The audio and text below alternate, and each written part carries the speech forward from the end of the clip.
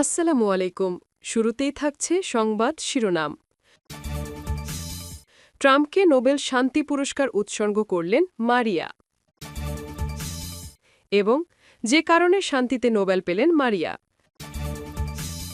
শুনছিলেন সংবাদ শিরোনাম, এখন বিস্তারিত। তার আগে আমাদের চ্যানেলটি সাবস্ক্রাইব করে রাখুন যাতে সবার আগে আপডেট খবর আপনার কাছে পৌঁছে যায়। সংবাদটি আপনি কোথা থেকে শুনছেন জানিয়ে দিন কমেন্টে। চলুন কথা না বাড়িয়ে বিস্তারিত জেনে নেই। ট্রাম্পকে নোবেল শান্তি পুরস্কার উৎসর্গ করলেন মারিয়া। ২০২৫ সালে শান্তিতে নোবেল পুরস্কার জিতেছেন ভেনেজুয়েলার বিরোধী দলীয় নেতা মারিয়া করিনা মাচাদো। দেশে স্বৈরতন্ত্রের বিরুদ্ধে লড়াই এবং গণতন্ত্র প্রতিষ্ঠায় গুরুত্বপূর্ণ ভূমিকা রাখার স্বীকৃতি হিসেবে এই পুরস্কার জিতেছেন তিনি। তবে এই পুরস্কার মার্কিন প্রেসিডেন্ট ডোনাল্ড ট্রাম্পকে উৎসর্গ করেছেন তিনি। শুক্রবার ১০ অক্টোবর বার্তা সংস্থা রয়টার্সের এক প্রতিবেদনে এই তথ্য জানানো হয়েছে। প্রতিবেদনে বলা হয়েছে, পুরস্কার ঘোষণার পর এক্সে একটি পোস্ট দিয়েছেন মারিয়া। সেখানে তিনি উল্লেখ করেন, এই পুরস্কার আমি ভেনেজুয়েলার দুঃখক্লিষ্ট জনগণ এবং প্রেসিডেন্ট ডোনাল্ড ট্রাম্পকে উৎসর্গ করছি, যিনি আমাদের সংগ্রামে দৃঢ় সমর্থন দিয়েছেন। পুরস্কার প্রাপ্তির প্রতিক্রিয়ায় তিনি বলেন, ওহ মাই গড, আমার কোনো ভাষা নেই। এটা শুধু আমার নয়, পুরো জাতির সংগ্রামের স্বীকৃতি। আমি শুধু একজন প্রতিনিধি, আমি একাই এই পুরস্কারের যোগ্য নই। এদিকে সংবাদ মাধ্যম জানিয়েছে, এবছর নোবেল শান্তি পুরস্কার পাননি মার্কিন প্রেসিডেন্ট ডোনাল্ড ট্রাম্প, তবে তিনি আলোচনায় ছিলেন। পুরস্কার বিজয়ের নাম ঘোষণার পর এখনও কোনো মন্তব্য করেননি মার্কিন প্রেসিডেন্ট, কিন্তু হোয়াইট হাউসের মুখপাত্র স্টিভেন চেউং এক্সে নোবেল বিষয়ে মন্তব্য পোস্ট করেছেন। হোয়াইট হাউসের মুখপাত্র স্টিভেন চেউং এক্সে একটি পোস্টে নোবেল কমিটির সমালোচনা করে লিখেছেন, প্রেসিডেন্ট ট্রাম্প মানবিক হৃদয়ের অধিকারী। তার মতো আর কেউ কখনো আসবেন না, যিনি শুধু তার ইচ্ছাশক্তি দিয়েই পাহাড় টলিয়ে দিতে পারেন। নোবেল কমিটি প্রমাণ করেছে তারা শান্তির চেয়ে রাজনীতিকে বেশি গুরুত্ব দেয়। শুক্রবার ১০ অক্টোবর বাংলাদেশ সময় বিকাল ৩টায় ভেনেজুয়েলার রাজনীতিবিদ মারিয়া করিনা মাচাদোর নাম ঘোষণা করা হয়। ভেনেজুয়েলার গণতন্ত্র আন্দোলনের নেতা মারিয়া করিনা মাচাদো। নরওয়ের নোবেল কমিটি জানিয়েছে, মাচাদো ভেনেজুয়েলার জনগণের গণতান্ত্রিক অধিকার প্রতিষ্ঠা এবং একনায়কতন্ত্র থেকে শান্তিপূর্ণভাবে গণতন্ত্রের রূপান্তরের জন্য যে অক্লান্ত লড়াই চালিয়ে যাচ্ছেন, তার জন্যই তিনি এই পুরস্কারের যোগ্য।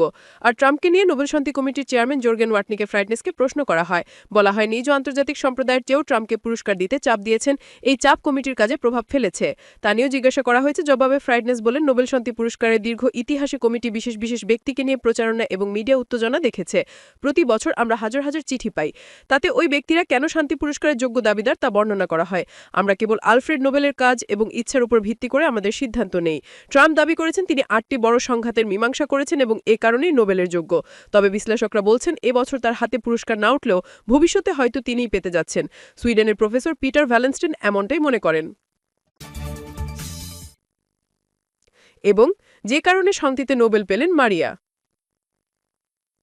শান্তিতে নোবেল পুরস্কার ঘোষণা করা হয়েছে। ২০২৫ সালে শান্তিতে নোবেল পেয়েছেন ভেনেজুয়েলার রাজনীতিবিদ মারিয়া করিনা মাচাদো। তিনি ভেনেজুয়েলার গণতন্ত্র আন্দোলনের নেতা। শুক্রবার ১০ অক্টোবর বাংলাদেশ সময় বিকাল ৩টায় তার নাম ঘোষণা করা হয়।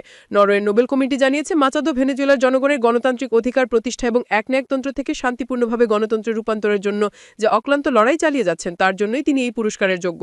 শান্তি পুরস্কারকে নোবেলের মধ্যে সবচেয়ে সম্মানজনক পুরস্কার হিসেবে দেখা হয়। ২০০৬ সালে একমাত্র বাংলাদেশি হিসেবে এটি জিতেছেন প্রফেসর ড. মোহাম্মদ ইউনুস। ২০১৪ সালে মাত্র ১৭ বছর বয়সে মালালা ইউসুফজাই নোবেল পান। তারপর থেকে আর কেউ তার চেয়ে কম বয়সে নোবেল পায়নি। অন্যদিকে ১৯৯৫ সালে বয়সে প্রবীণতায় জোসেফ রডব্লাড নোবেল পান। এখন পর্যন্ত মোট ৩১টি প্রতিষ্ঠান নোবেল শান্তি পুরস্কারের সম্মান পেয়েছে। গত বছর জাপানের সংগঠন নিহন হিদানকিওকে পুরস্কৃত করা হয়েছিল। তারা পারমাণবিক বোমা হামলার বেঁচে থাকা মানুষদের প্রতিনিধিত্ব করে এবং পারমাণবিক অস্ত্রমুক্ত পৃথিবীর জন্য কাজ করে আসছে। গতকাল ট্রাম্প ওবামার সম্পর্কে তীব্র সমালোচনা করে বলেন, ওবামা নোবেল পেয়েছিল কিন্তু সে জানত না কেন। ট্রাম্প দাবি করেন তিনি ৮টি যুদ্ধ বন্ধ করেছেন এবং সে কারণে নোবেল পাওয়ার দাবি রয়েছে। তবে নোবেল কমিটির ফলাফলে তার সেই স্বপ্ন অধরাই থেকে গেল। এবারে শান্তি পুরস্কারের জন্য মোট ৩৩৮টি মনোনয়ন জমা পড়েছে, যার মধ্যে ২৪৪ ব্যক্তি এবং ৯টি প্রতিষ্ঠান ছিল। ট্রাম্প ছাড়াও অন্য সম্ভাব্যদের মধ্যে ছিল সুদানের এমার্জেন্সি রেসপন্স রুমস এবং কমিটি টু প্রোটেক্ট জার্নালিস্ট, যারা বীরযুদ্ধপূর্ণ এলাকায় মানবাধিকার এবং সংবাদ মাধ্যমের স্বাধীনতা রক্ষায় কাজ করে আসছে। প্রতিটি নোবেল পুরস্কারের অর্থমূল্য ১১ মিলিয়ন সুইডিশ ক্রোনার। বিজয়ীরা পাচ্ছেন একটি সোনার পদক ও ডিপ্লোমা।